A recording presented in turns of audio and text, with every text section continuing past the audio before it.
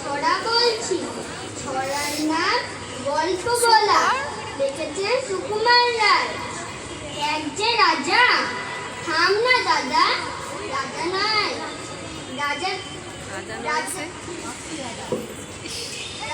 রাজা, তার যে মাতুল, মাতুল কিসে সবাই জানে, সে তার কিসে।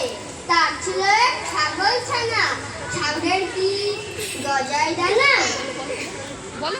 একদিন তার ছাদের পরে, ছাদ কোথা হে টিনের ঘরে, বাগানে এক বুড়ে মালি, বাড়ি নয়তো মেহের আলী। মনে সাদে গাইছে বেহাত, বেহাত তো নয় বয়স অন্তরায়। হও না বাপু খেচা ঘেছি, আচ্ছা বলো চুপ করেছি।